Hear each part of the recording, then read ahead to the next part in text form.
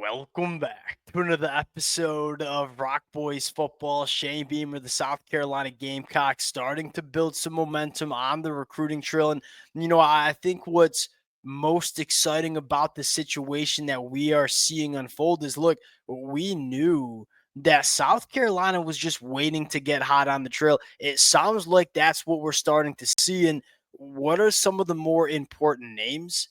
What are some of the more important recruiting battles that we're going to see take place throughout the last half of the summer, rolling into 2025? And the thing that I think should excite a lot of South Carolina fans is, hey, look across the SEC and look at the amount of potential change we could see in this conference come the months of November and December. I'll look at Hugh Freeze in Auburn. I'll look at Brent Venables at Oklahoma. I'd even look at Billy Napier in Florida and say, hey, it's hard for me to envision a scenario where there's not some coaching staff changes being made in the month of November. South Carolina in a prime position to capitalize on some of that disruption and some of that change. You look at South Carolina, one of the things that I think really is going well for this program, specifically as it pertains to the trails. Look, these kids out of high school, they know South Carolina is going to look the exact same in 12 months. And I think Shane Beamer has an elite culture that he's built within this program. I think he's got a very, very good coaching staff as well.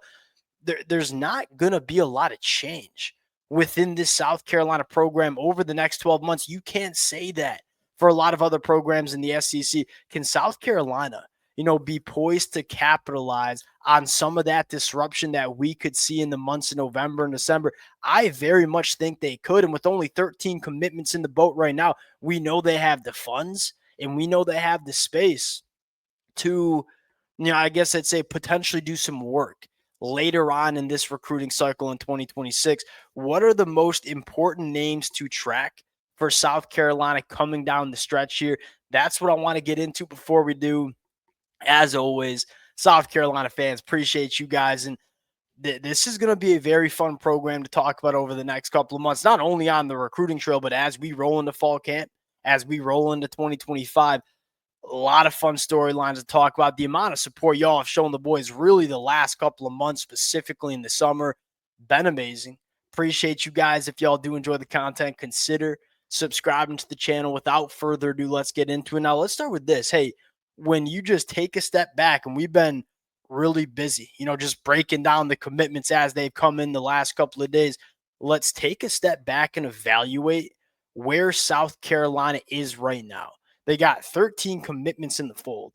9 of those commitments are blue chip prospects. Hey, that is one of the higher blue chip ratios that we've seen South Carolina bring in. Although the number is not super big with only 13 commitments, majority of those guys, blue chip prospects. And as you look for South Carolina to take that next step as a program, you look for this program to fill in a bigger majority of their roster being blue chip guys. And I think South Carolina has done that. The other thing you look at, hey, top 25 class in the country. Starting this week when we woke up drinking our cup of coffee Monday morning, South Carolina was outside of the top 50. Now they are sitting in a top 25 position in the 2026 cycle. In average player ranking, 91.23.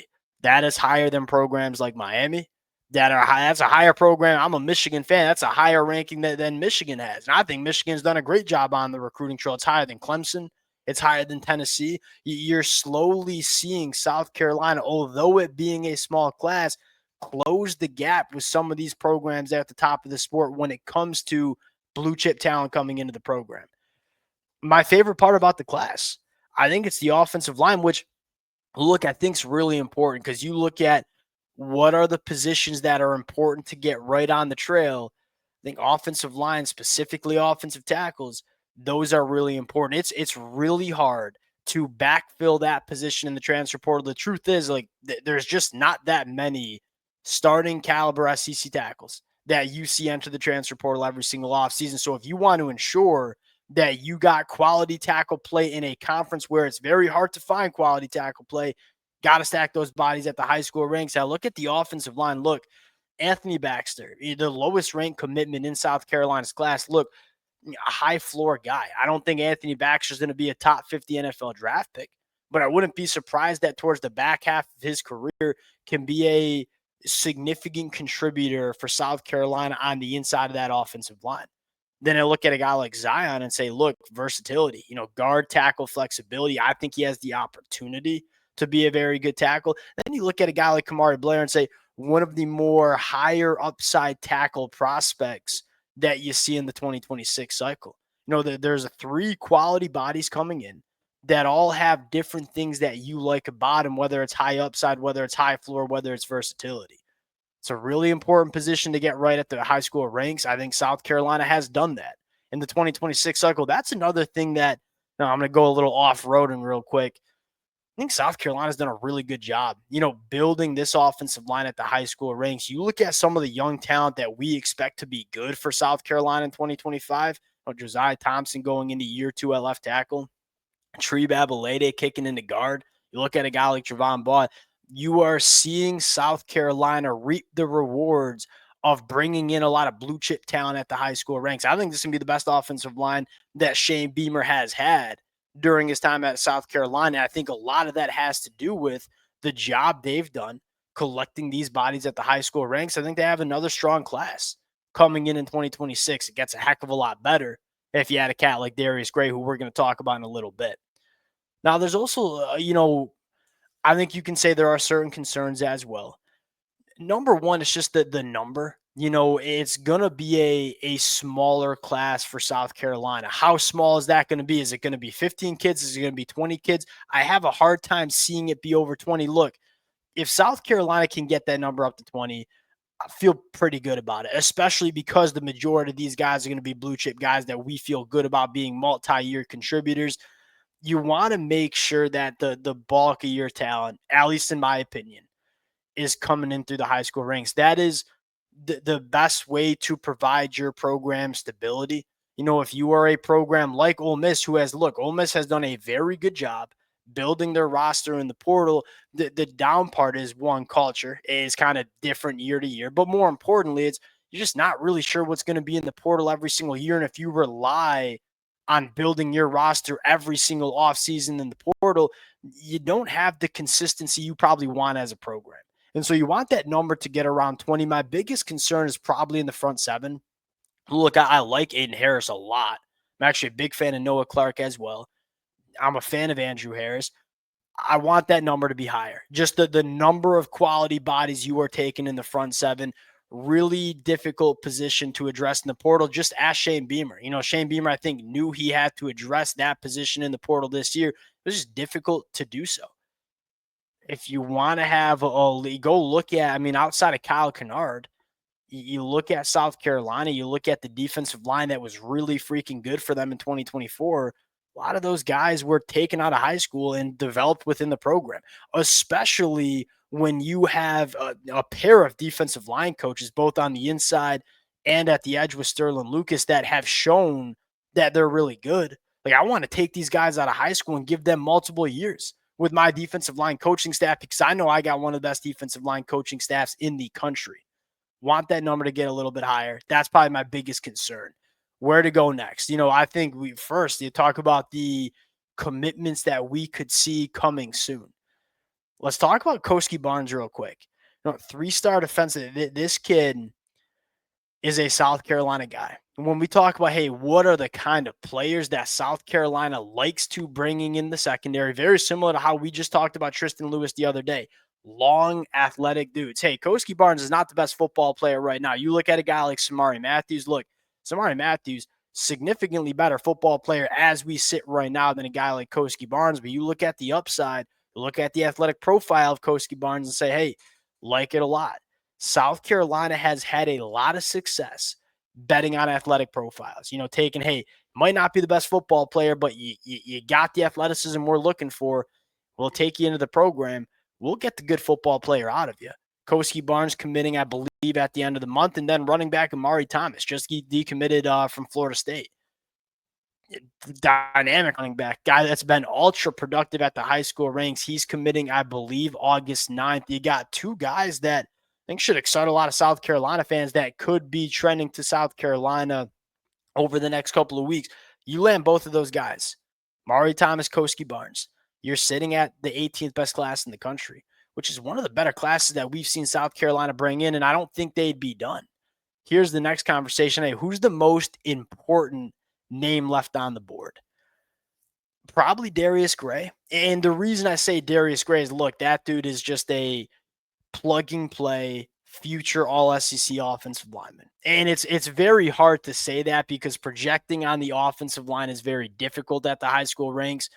There might not be an interior offensive lineman that I feel more confident about being a multi-year starter, multi-year all SEC guy than a guy like Darius Gray. When you have the ability to bring in an offensive lineman that you know is going to be very, very good, you do it every time. But I would argue maybe the biggest name on the board here, I would look at PJ Dean.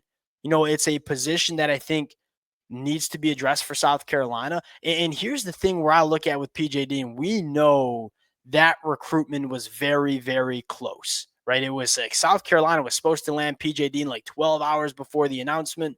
Georgia comes in late and gets it done.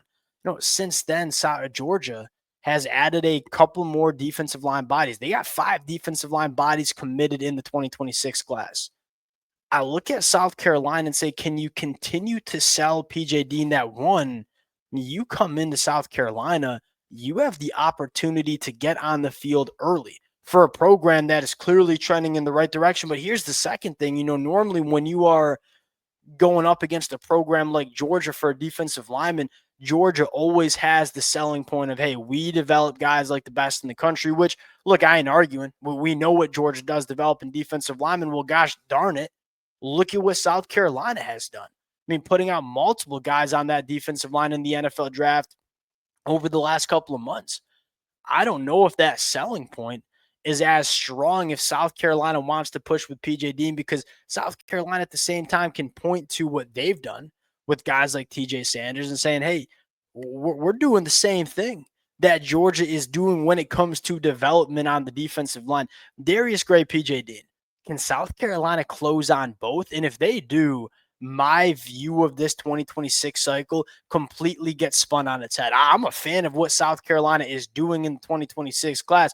You land Darius Gray, PJ Dean, feeling great. A couple other big flip targets, I would go Julian Walker. And I hate to say it as a Michigan fan. Obviously he has connections to the South Carolina program. It is going to, I no doubt, take visits to South Carolina 4 games during this fall. What stands out to me and why do I think Julian Walker? And look, that's not a knock at Samari Matthews. It's not a knock at a guy like Tamarian Watkins, guys that I think South Carolina will continue to recruit as well. Selling point on Julian Walker is, look, ultra high upside, one of the more high upside edge rushers that you see in the 2026 cycle.